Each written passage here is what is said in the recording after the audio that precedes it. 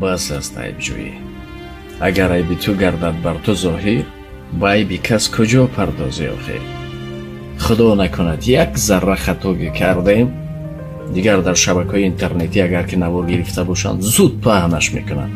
ҷое ки мегуфт як бародар хато кард ё як ҷашн дарид ё чизи дигар, зуд кӯшиш мекардем ки айбашро сатр кунем, пинҳон кунем аз чашми дигарон.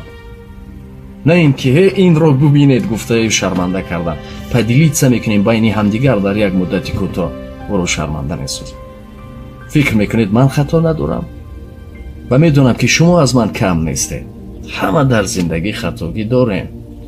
кӯшиш кунем ки айби дигаронро пинҳон кунем то айби мо пинҳон бишавад. бас аст якдигар кунҷковиву якдигарро нешзаниву. бас аст бовар кунед, фақат маро дуруст бифаҳмед.